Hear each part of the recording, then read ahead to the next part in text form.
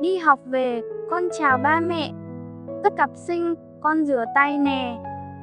Con cười kể chuyện ở lớp nha. Cô khen con ngoan, vui quá mà. Đi học về, cơm thơm ngát.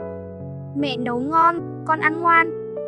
Ăn xong con xếp ghế, lau bàn, rồi chơi cùng chú mèo kêu vang. Đi học về, vui biết mấy.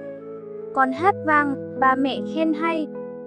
Ngày mai, lại đến trường ngay. Con sẽ học ngoan, học thật hay. Chiều xuống rồi, gió lay nhẹ. Con bên mẹ, kể chuyện say mê.